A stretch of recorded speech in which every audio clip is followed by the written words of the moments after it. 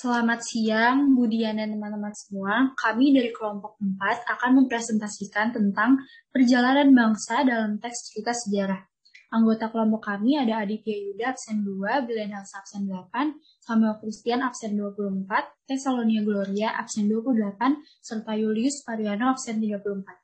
Selamat menyaksikan.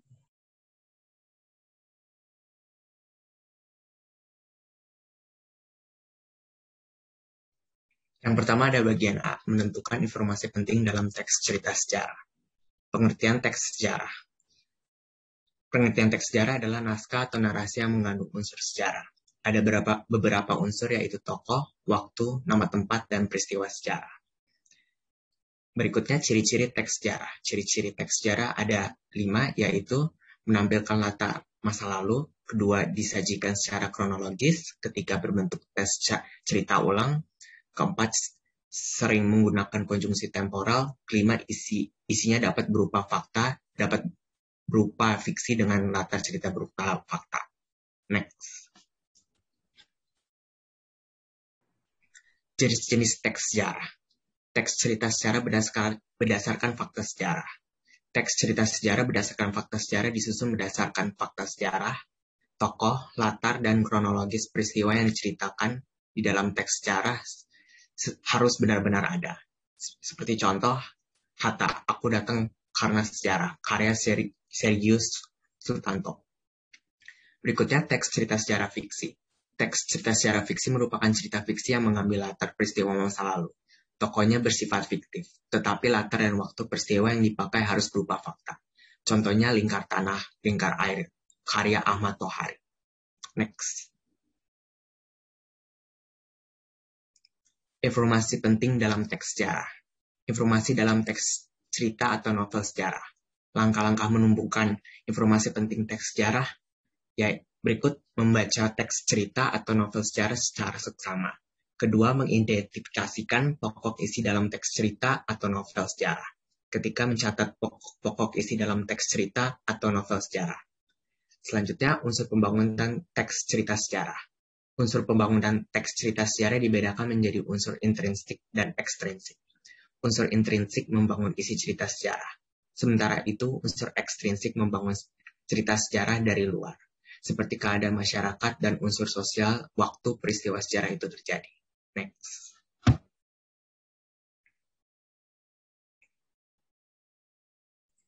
Selanjutnya saya akan menjelaskan nilai-nilai penting dalam teks sejarah. Yang pertama itu ada nilai moral atau etik. Merupakan nilai yang menggambarkan perilaku dan pembentukan akhlak yang baik. Biasanya nilai ini dapat diketahui melalui deskripsi tokoh, hubungan antar tokoh, dialog, dan lain-lain. Yang kedua yaitu nilai budaya. Merupakan nilai yang bisa kita dapatkan dari kebiasaan adat dan pola pikir masyarakat dalam teks sejarah yang dihubungkan dengan kehidupan nyata. Selanjutnya itu nilai pendidikan. Nilai pendidikan merupakan segala sesuatu yang berhubungan dengan perilaku baik dewasa dan bermanfaat serta dapat memilah mana yang baik dan buruk. Selanjutnya itu adalah nilai sosial. Nilai sosial merupakan nilai yang berhubungan dengan masalah sosial dan hubungan manusia dengan masyarakat. Biasanya nilai ini dapat diketahui dengan penggambaran hubungan antar tokoh. Selanjutnya adalah nilai psikologi. Merupakan nilai yang bisa kita dapat dengan melihat kondisi kejiwaan atau batin tokoh-tokoh dari teks sejarah tersebut. Yang terakhir yaitu nilai agama, merupakan nilai yang berhubungan dengan norma-norma agama.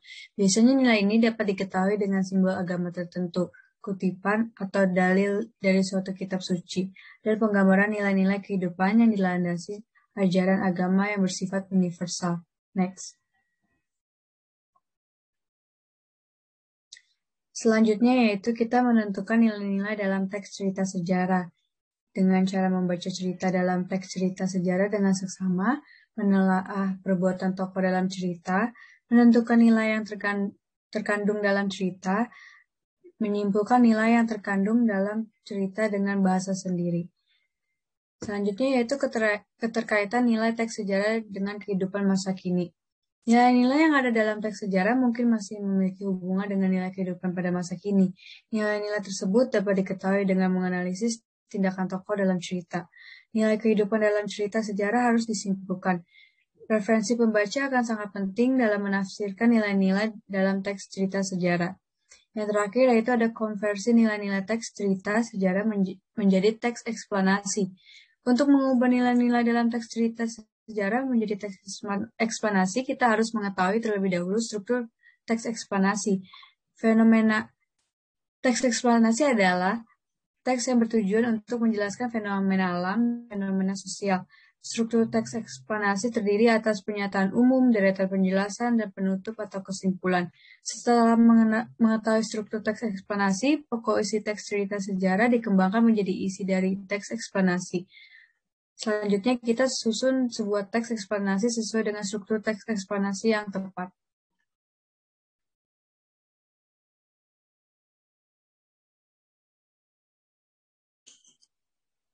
Yang ketiga, menelaah kebahasan teks cerita sejarah. Menelaah kebahasan teks cerita sejarah mempunyai kekhasan bahasa sendiri. Penggunaan diksi yang menarik dari pengarangan menjadi faktor penting penyampaian cerita sejarah. Misalnya peperangan, menyisipkan peribahasa, bahasa Belanda untuk menarik minat pembaca. Selain itu, pengarang menyesuaikan dengan isi cerita yang berlatar belakang masa penjajahan Belanda. Contohnya yang pertama, keterangan adalah fungsi kalimat yang mudah berpindah posisi. Keterangan berfungsi memberi informasi tambahan dalam suatu kalimat dalam teks cerita atau novel sejarah. Keterangan dapat mempertegas baik tokoh maupun latar kejadian peristiwa. Yang pertama, ciri-ciri keterangan. Yang pertama ada keterangan tempat. Keterangan tempat berfungsi untuk menerangkan ke tempat kejadian dalam teks cerita sejarah. Yang kedua ada keterangan waktu. Keterangan waktu berfungsi menerangkan latar waktu kejadian dalam teks cerita sejarah, preposisi yang digunakan dalam menandai keterangan waktu. Yang ketiga adalah keterangan alat. Keterangan alat berfungsi menandai alat yang digunakan dalam melakukan suatu preposisi yang digunakan dalam menandai keterangan. Keterangan tujuan. Keterangan tujuan berfungsi menerangkan tujuan dari suatu tindakan preposisi yang digunakan dalam menandai keterangan.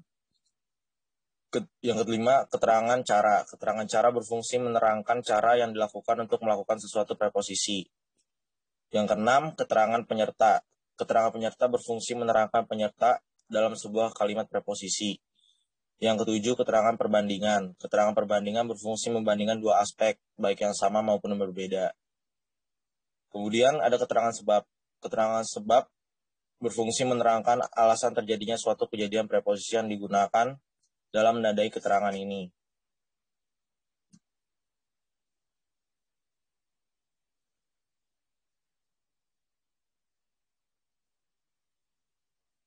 Nilai-nilai yang penting yaitu ada kata sifat. Kata sifat adalah kata yang menerangkan nomina atau kata benda dari sifat-sifat adalah dapat digabung dengan kata lebih dan sangat. Kata sifat sering digunakan dalam novel sejarah. Biasanya, kata sifat sering ditemukan untuk menggambarkan tokoh, tempat, atau suasana. Kemudian ada bahasa kias. Bahasa kias adalah penyimpangan penggunaan bahasa oleh penutur dari pemahaman bahasa yang dipakai sehari-hari. Penyimpangan bahasa standar atau penyimpangan makna suatu kata atau serangkaian kata agar memperoleh beberapa arti khusus atau efek khusus. Makna kias biasa terdapat pada makna simbolik maupun ungkapan. Bahasa kias dibagi menjadi dua. Yang pertama ada makna simbolik. Makna simbolik adalah makna yang terkandung dalam suatu hal atau keadaan yang merupakan pengantar pemahaman terhadap suatu objek. Makna simbolik biasanya digunakan pengarang untuk mengaitkan simbol ke dalam konteks cerita.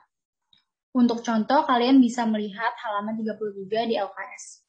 Yang kedua ada ungkapan. Ungkapan adalah gabungan kata yang membentuk arti baru, di mana tidak berhubungan dengan kata pembentuk dasarnya.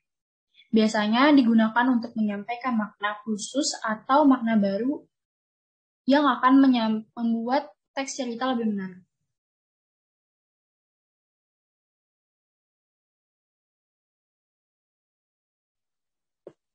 D. Menyusun teks sejarah pribadi. Saat membuat teks sejarah pribadi, pengarang harus berpijak pada fakta sejarah dan juga imajinasi serta melakukan riset mengenai keadaan masyarakat, budaya, dan juga latar pada sejarah yang diangkat. Yang pertama, membuat teks sejarah pribadi. Wawancara merupakan salah satu cara untuk membuat teks cerita sejarah yang berguna untuk menggali fakta dan informasi tentang sejarah masa lampau. Fakta sejarah juga dapat digunakan sebagai landasan penulisan teks sejarah. Yang kedua ada menyunting teks sejarah. Penyuntingan teks dilakukan untuk menyesuaikan fakta dan peristiwa sejarah dalam teks cerita sejarah. Langkah-langkah menyunting teks sejarah. Yang pertama, bisa membaca keseluruhan teks cerita sejarah. Yang kedua, bisa mencermati kesalahan dalam penggunaan ejaan, penulisan, ataupun tanda baca. Yang terakhir, memperbaiki kesalahan yang ada dalam naskah teks cerita sejarah yang kita baca. Sekian dari kami, terima kasih. Apakah ada pertanyaan?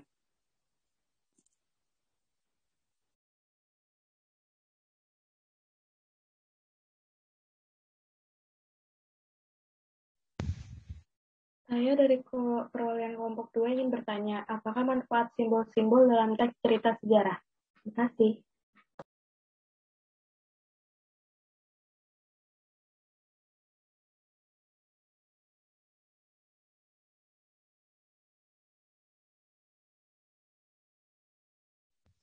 Saya Christopher dari kelompok 5 ingin bertanya, apa perbedaan makna simbolik dengan ungkapan?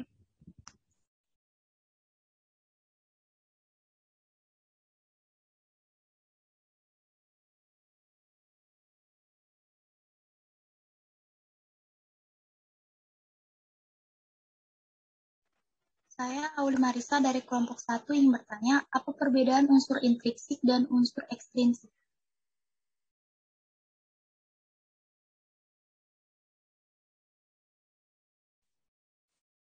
Saya ingin menjawab pertanyaan dari kelompok 1, perbedaan unsur intrinsik dan ekstrinsik.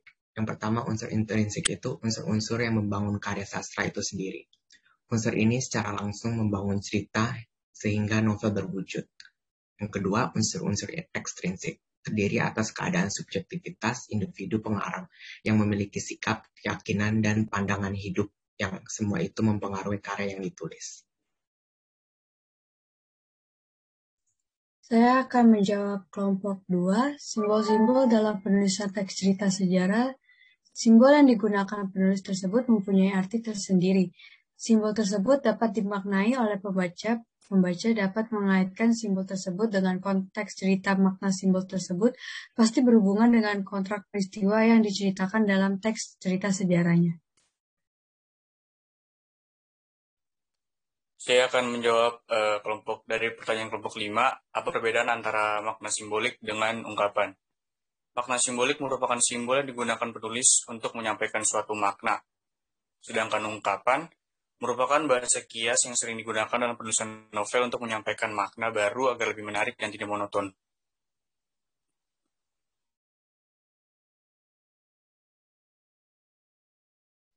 Baik, sekian dari kelompok kami. Terima kasih.